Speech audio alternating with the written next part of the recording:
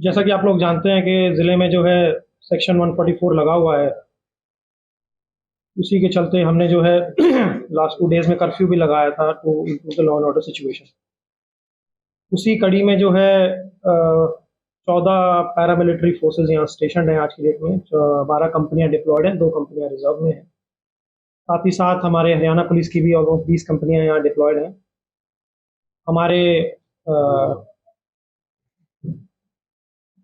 Police जो हमारा police विभाग है उसमें डिस्ट्रिक्ट एसपी के अलावा जो है हमारे 6 और आईपीएस ऑफिसर्स हैं, वो been deputed on here on various duties. साथ ही साथ जो है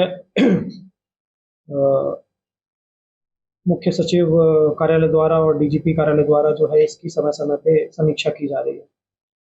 उसी कड़ी में लॉ एंड ऑर्डर की सिचुएशन को इम्प्रूवमेंट देखते हुए हमने जो है आज निर्णय लिया सुबह के कर्फ्यू का जो टाइमिंग्स है इसको हम आज रिलैक्स करेंगे, 3 से 5 बजे तक के लिए रिलैक्स करेंगे।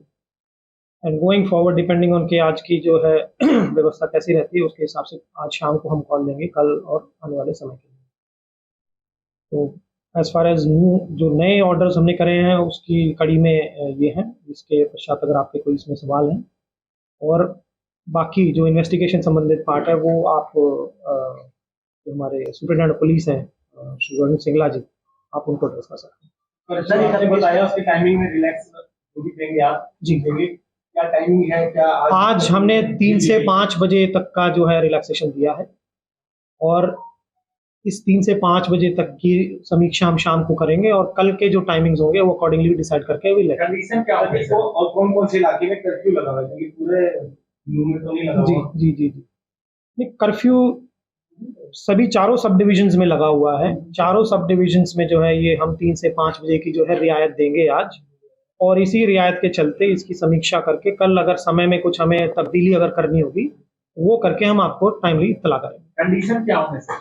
कंडीशंस यही होंगे कि जी जैसे कर्फ्यू में रहता है कि मूवमेंट पे रिस्ट्रिक्शन लगाए जाते हैं, तो अब ये कर्फ्यू जैसे अगर हम लिफ्ट कर रहे हैं तो लोग अपनी एसेंशियल चीज़ों के लिए, कोई दवाई है, कोई आपकी ग्रोसरीज है, उस टाइप का कोई सामान आपने खरीदना है, कोई आपने अनाज खरीदना है, कोई दूध चावल खरीदना है, इस प्रकार की जो भी चीज़ें हैं वो जाके और दुकानों से ले सकते हैं।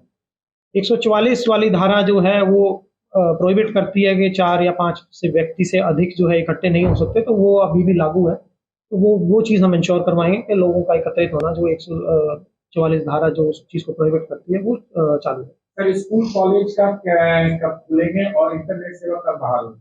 तो इंटरनेट सेवा फिलहाल 3 दिन के लिए जो है बंद की गई थी 31 तारीख से, तो कल उसकी भी समीक्षा करके अगर उसको बढ़ाने की ज़रूरत पड़ेगी तो बढ़ाएंगे, और अगर law and order situation improve रही तो उसको भी जो है हम स्कूल कॉलेज खुलेगा सर? स्कूल कॉलेज खुलने का भी समीक्षा जो है कल या परसों की जाएगी। इस हफ्ते तो बंद ही रहेंगे, प्रॉब्ली फ्राइडे को या सैटरडे को इसको कॉल ली जाएगी ताकि अगले हफ्ते में इसको सुचारू रूप से खोल सकें। सामान लोग लेंगे कहाँ से जो पाएंगे? तो इसकी जी इसकी जो हमने मीटिंग सभी कर ली थी, जिसमें हमने मार्केट एसोसिएशन, मंडियों से, जो हमारे दूध के जो बूथ हैं, जो वीटा से हमारी सप्लाई फरीदाबाद से होती है, तो उनको हमने सुबह ही ये दिशा निर्देश दे दिए थे कि प्रॉपर स्टॉकिंग कर ली जाए, प्रॉपर अपने जितने वेंडर्स हैं उनसे संपर्क साध लिया जाए, ताकि जब दुकानें खुलें तो लोगों को जो है समयबद्ध तरीके से सामान मिल जाए। इसी कड़ी में जैसे जैसे आगे और डील मिलती रहेंगी तो सुचारू रूप से चीज़ें और अपनी दिशा पकड़ती हैं। अभी तक कितनी गिरफ्तारियां हुई है सर? कितनी एफआईआर दर्ज हुई है? कितनी टीमें लगी हुई हैं? देखिए, अभी तक कुल 41 एफआईआर दर्ज की गई हैं विभिन्न मामलों में, और मुख्यतः 4 थानों के अंदर ये एफआईआर दर्ज हुई हैं। एक एफआईआर हमारी सिटी तावड़ू और बिछोर में भी दर्ज हुई है, और कुल अब तक 116 लोगों की प्रमा फिसाई जो इन्वेस्टिगेशन हुई थी उसके ऊपर गिरफ्तारियां हुई हैं। और आगे हम लगातार, हमारी टीमें इसमें हमने गठित की हुई हैं। एसटीएफ भी हमारे साथ हैं, हमारे लोकल सीआईए पुलिस भी हैं, और जो और आईपीएस ऑफिसर्स यहाँ डिप्लॉयड हैं to maintain law and order and for ensuring the apprehension of these criminals involved in these activities। तो उसके लिए लगातार हम प्रयासरत हैं। सभी सोशल मीडिया अकाउंट्स को और जो अभी तक की एप्रीहेंडेड लोग हैं उनकी इंटेरोगेशन डिटेल्ड में की जा रही है। सभी एक्यूज्ड के लिए आज हमने पुलिस रिमांड के लिए अप्लाई किया है। अभी ये प्रोसेस चल रही है। आज शाम तक हमें ये क्लियर हो पाएगा। मैक्सिमम एक्यूज्ड का हमने सभी का पुलिस रिमांड अप्लाई किया है, ताकि हम प्रॉपर इन्वेस्टिगेशन कर सकें कि किस प्रकार से ये लोग संगठित हुए थे और किस प्रकार से ये अपराध पारित हुआ। सर जितनी एफआईआर हुई है उन एफआईआर में ज्यादातर एक बात ये कॉमन है कि जो जिन पुलिसकर्मियों की ड्यूटी थी, जिन्होंने अपने बयान के आधार पर एफआईआर दर्ज कराई है, कि एक ग्रुप आया 600-700 लोगों का ग्रुप आया, उन्होंने एक तरीके के नारे लगाए और पुलिस के ऊपर भी अटैक किया है, पुलिस के ऊपर फायरिंग भी की है, ऐसा भी कई उसमें आया है कि कहीं गोली लगी कई पुलिसकर्मी। तो क्या अभी तक की इन्वेस्टिगेशन में लग रहा है कि ये अचानक से हुई हिंसा है या पुलिस को टारगेट करना ये सब कुछ पहले से प्री प्लान था, ये साजिश थी? किस तरह के वेपन का इस्तेमाल किया गया था? देखिए, अभी ये सब चीज़ें कहना मुश्किल इसलिए है क्योंकि इनकी हमने पहले धरपकड़ की है और रिमांड पीरियड आज हम रिमांड ले रहे हैं। रिमांड के बाद ही हमें पूरी बात क्लियर हो पाएगी जब हम मैक्सिमम एक्यूज्ड का इंटरोगेशन कर पाएंगे कि प्रॉपर क्लियर पिक्चर क्या है। तो अभी इसमें कमेंट करना अर्ली होगा। और वेपन्स जहाँ तक बात है, इसके अंदर इसके विषय में भी जांच की जा रही है कि ये वेपन अवैध थे, वैध थे। जिस भी तरह के वेपन थे इनको रिकवर भी किया जाएगा। अगर वैध थे तो उनके लाइसेंस रद्द करने की शुरू की। सर क्या कितने थे नहीं, ये तो इन्वेस्टिगेशन के अंदर जो वेपन्स रिकवर होंगे वो वेपन्स के बारे में मैं कह रहा हूँ कि वो वेपन्स कितने हमारे लीगल, जो भी लीगल भी होंगे उनके लाइसेंस कैंसिल किए जाएंगे, जो इलीगल होंगे उनकी रिकवरी की जाएगी। बड़ा सवाल है, हिंसा से पहले 30 तारीख को तमाम वीडियो वायरल हो रहे थे अलग अलग कि वहां पर पहुंचना है। क्या ये जानकारी पुलिस प्रशासन को नहीं थी? पुलिस प्रशासन कहाँ थी? फोर्सेस कहाँ पर थे? और जिस वजह से हिंसा इतनी बड़ी हो गई, तो क्या पुलिस सो रही थी सर? क्या पुलिस को जानकारी नहीं? भड़काऊ जो सोशल मीडिया पे चल रहा था, इस तरह की बातें थी, क्या उनकी भी कहीं इसमें इन्वेस्टिगेशन चल रही है? क्या उनकी भी कोई गिरफ्तारी हुई है? खासतौर पर जैसे बिट्टू बिजरंगी हैं, उन्होंने कुछ गलत अल्फाज कहते हैं कि मैं ससुराल जा रहा हूँ, कई चीजें हैं। अपने क्या नाम है मोनू मानेसर वाली बात थी, उसने कहा कि मैं वहां पहुंच रहा हूँ, तो वो नहीं पहुंचे, वो अलग बात थी। तो क्या इनकी भी बातें दोनों तरफ से उनको भी चेतावनी दी है, खासतौर पर जिसकी वजह से भड़का है या हालात है? देखिए, ऐसा है कि इस तरह की यात्राएं पहले भी मेवात में हुई हैं और बहुत पीसफुल तरीके से यात्रा कंडक्ट हुई है। पुलिस फोर्स हमेशा से मुस्तैदी से काम करती आ रही है और पूरी डिप्लॉयमेंट हमारी इस बार भी थी। करीब 800 के करीब टोटल मैन पावर पूरी यात्रा में डिप्लॉयड थी। क्योंकि यात्रा का स्पैन लंबा था तो जाहिर सी बात है कि फोर्स जो है अलग अलग एरियाज में डिप्लॉयड थी। तो पुलिस ने पूरी तरह से अपनी कोशिश की थी कि किसी भी तरह की अनटूवर्ड इंसिडेंट ना हो। इस तरह के पहले भी बहुत सारे इश्यूज हुए हैं जहां पर पुलिस ने इसी प्रकार से मुस्तैदी से काम करते हुए और लॉ एंड ऑर्डर को बचाया है। लेकिन समटाइम्स थिंग्स जो है वो जिस तरह का रिएक्शन यहाँ से आया उसमें ये वायलेंस हुई है और यही हमारा इन्वेस्टिगेशन का विषय है कि ये किस प्रकार से हुआ। जिसके पास पहुंचिए वहां पर लोग इकट्ठा हो रहे हैं, तमाम सोशल मीडिया पर तमाम चीज जो वायरल है, क्या इसकी जानकारी आप लोग तक थी या नहीं थी? सर यात्रा संवेदनशील इलाकों से निकलनी थी, इनपुट आप लोगों को आ रहे थे, लेकिन जिले के दोनों बड़े अधिकारी छुट्टी पे थे, तो ये क्या एक्शन लेने में देरी नहीं हुई इस चीज से? क्योंकि हम खुद मौके पे थे, हमने देखा हिंसा को शुरू होते हुए और अंत तक हम देखे तो एक्शन होने में काफी डिले हो गया। लोगों का आरोप है कि 25,000 लोगों का आने का दावा था, सिर्फ 800 लोगों की फोर्स क्या ये पूरी थी? नहीं, मैं जवाब देता हूँ इस चीज़ का कि जैसा कि मेरे साथी वरुण ने बताया कि इस टाइप की और भी यात्रा जो है यहाँ पे कोई पहली दफ़े नहीं है कि इस टाइप की यात्रा हुई है। पिछले साल भी यात्रा हुई थी, इस कड़ी में इस साल भी इस टाइप की यात्राएं हुई हैं। इस टाइप की यात्रा जब होती है तो पूरे रूट को सेक्टर्स में डिवाइड किया जाता है, पर्याप्त मात्रा में पुलिस फोर्स लगाई जाती है, ड्यूटी मजिस्ट्रेट्स लगाए जाते हैं। परंतु ये जैसा कि इन्होंने बताया, ये जांच का विषय है कि एकदम से ऐसे कैसे फ्लेयर अप हो गया कि इतने व्यक्ति वहां पे पहुंच गए। ये जरूर हम मानते हैं कि जैसे हमारी पीस कमेटी की जो मीटिंग है, इस जैसे जितनी भी इस टाइप की रैलियां जो होती हैं उससे पहले पीस कमेटी मीटिंग्स भी होती हैं। तो इसमें भी 27 तारीख को पीस कमेटी की मीटिंग हुई जिसमें कि दोनों समुदाय के लोग मौजूद थे। कुल लगभग 30 से 35 व्यक्तियों की उसमें भागीदारी थी और ये कोई पहली पीस कमेटी मीटिंग नहीं है। हम ऑलमोस्ट एवरी फोर्टनाइट या 15-20 दिन में एक हमारी रेगुलर मीटिंग भी होती है, इन एडिशन टू जो ये इसी यात्रा के अगर संबंध में मैं कहूँ तो पीस कमेटी की मीटिंग भी हुई है, उसमें भी सारे विषय जो है डिस्कस हुए हैं। उसमें भी जो लोगों ने बातें रखी थी वो भी डिस्कस हुई हैं। फिर यात्रा जिस प्रकार से हमने बताया कि इस प्रकार की यात्रा पहले भी हुई है और उसी के चलते उसी की कड़ी में जो है सारी तैयारियां और कार्रवाई इसमें की गई। अब ये जांच का विषय है कि एकदम से जो है ऐसे कैसे एक इंस्टेंस एक जगह पे कैसे फ्लेयर अप हुआ, ये जांच चल रही है। जैसी जांच का उसमें कोई वो आएगा तो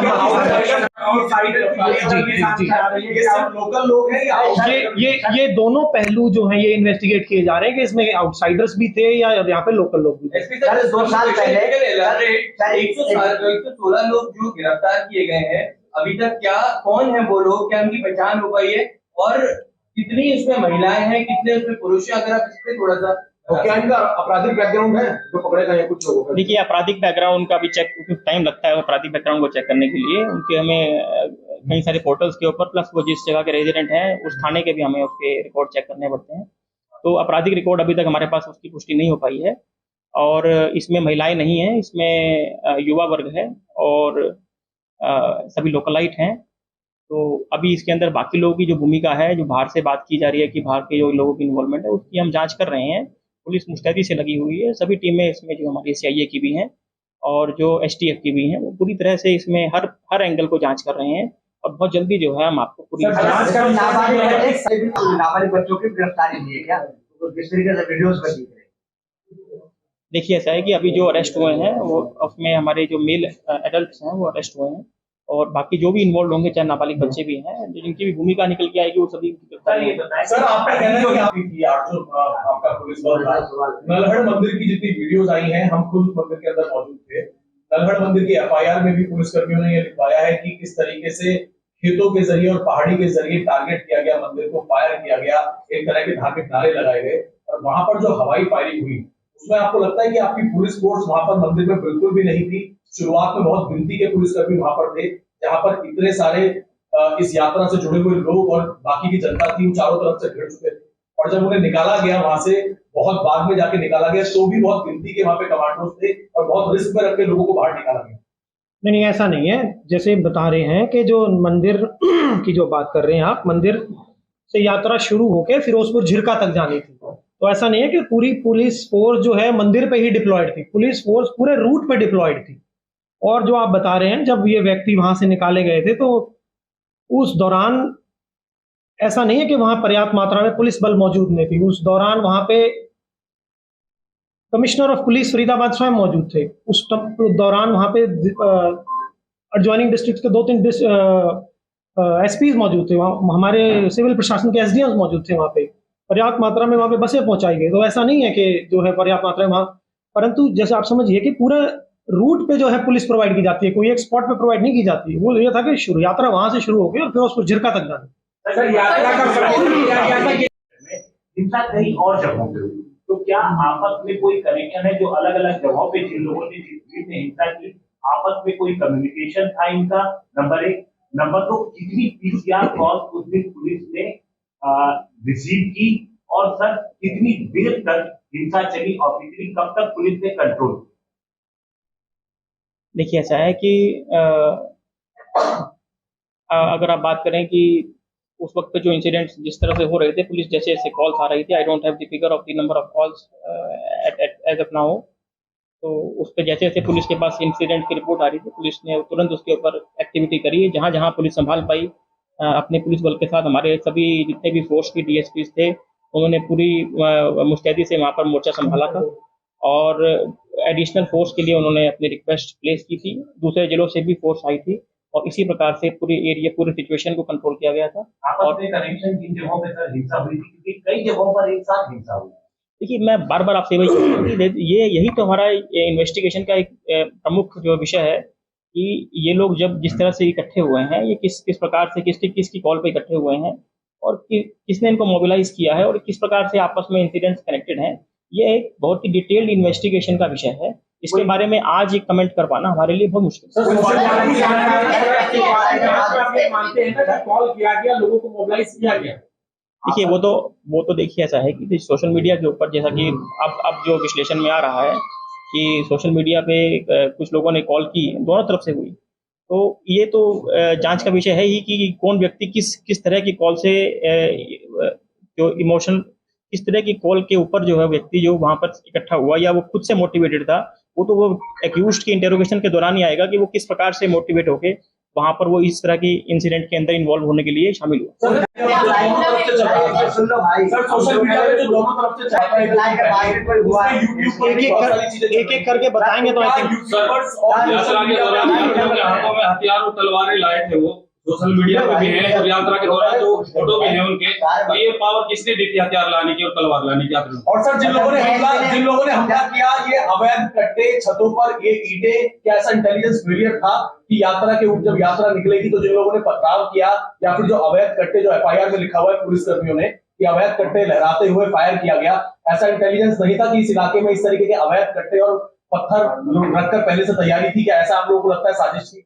देखिए ये जो कह रहे हैं कि क्या रैली में हथियार लाना अलाउड था, ऑफ कोर्स रैली में कोई हथियार जो है शोभा यात्रा है, इसमें कोई हथियार लाना अलाउड नहीं था, परंतु अगर कोई लेके आया है उसका कोई अगर डॉक्यूमेंट्री एविडेंस या कोई ऐसी चीज आती है तो पुलिस इन्वेस्टिगेट कर रही है उस चीज को।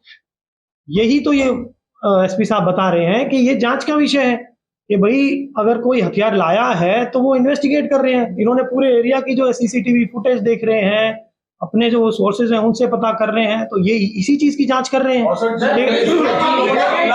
उनके पास है पहले से हथियार थे, देसी कट्टे रखते थे, या ये फेलियर नहीं है कि इलाके में इतने देसी कट्टे और हथियार रख के लोग तैयार थे पहले से, या ऐसी कोई जानकारी ही नहीं मिली कि लोग पत्थर के साथ और अवैध तमंचों के साथ तैयार हैं? और क्या जानबूझकर सर साइबर थाने को टारगेट किया गया, क्योंकि साइबर यहाँ पर साइबर अपराध से पूरे देश को टारगेट किया गया, तो क्या उन अपराधियों ने जानबूझ के साइबर थाने? सर साइबर अपराधियों की फंडिंग की वजह से ये घटना हुआ? देखिए ये सब चीजें अब आप ये जंपिंग द कंक्लूजन्स हैं। एट दिस स्टेज हम इस तरह के कंक्लूजन्स ड्रॉ नहीं कर सकते हैं। आप समझिए अभी हमारी इन्वेस्टिगेशन में हमने एक अच्छी एक बढ़त हासिल की है, 116 लोगों को हमने अरेस्ट किया है in the very first day, और हमारी बाकी लोगों की पहचान जारी है। आप जान सकते हैं इसमें कहीं काफ़ी सारे लोग युवा जो है इन्वॉल्व थे, जैसा कि हम वीडियो में देख रहे हैं, तो हमें बहुत सारे लोगों की इसमें पहचान करनी है और ये भी देखना है कि ऐसा भी ना हो कि इन्वेस्टिगेशन में किसी निर्दोष व्यक्ति को हम धरपकड़ करें। हमें उसमें निष्पक्ष जांच करते हुए हमें इन्वेस्टिगेशन को कंक्लूड करना है और बहुत जल्दी हमें इसमें करना है। हमारी टीमें मुस्तैदी से लगी हुई हैं और हम बिल्कुल इसके कंक्लूजन्स, जैसा कि हमने जब साइबर रेड की थी हमने उसके कंक्लूजन्स के लिए हमने एक अलग से पीसी की थी, जिसमें क्या क्या उसके निष्कर्ष निकले थे वो किए थे हमने। इसमें भी हम शीघ्र ही करेंगे, जैसे ही हमारे पास इसमें पूरी डेवलपमेंट क्लियर होती है हम आपके सभी सवालों के जवाब मेरे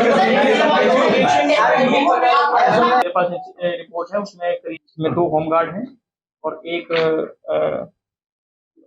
अभिषेक हैं और एक शक्ति सिंह हैं, 2 प्राइवेट पर्सन हैं जिनकी इसमें जो है मौत हुई है। घायलों की संख्या काफी 60 के। सर एक आंकड़ा तो होगा, इतने 3 दिन हो गया ज्यादा, क्या एडमिनिस्ट्रेशन के पास घायलों का आंकड़ा नहीं है? हाँ जी बिल्कुल है, करीब 60 के करीब लोग घायल। सर एक बहुत फेमस मिठाई वाले हैं, उनका परिवार आरोप लगा रहा है कि उनको उठाया गया, फिर उन्हें कहीं और मार के उन्हीं की शॉप पर छोड़ दिया गया। जांच में कुछ चीजें क्लियर हुई हैं कि उस इंसिडेंट में किसने ये इंसिडेंट किया? हाँ ये मेरे संज्ञान में नहीं है जो आप बात कर रहे हैं। ये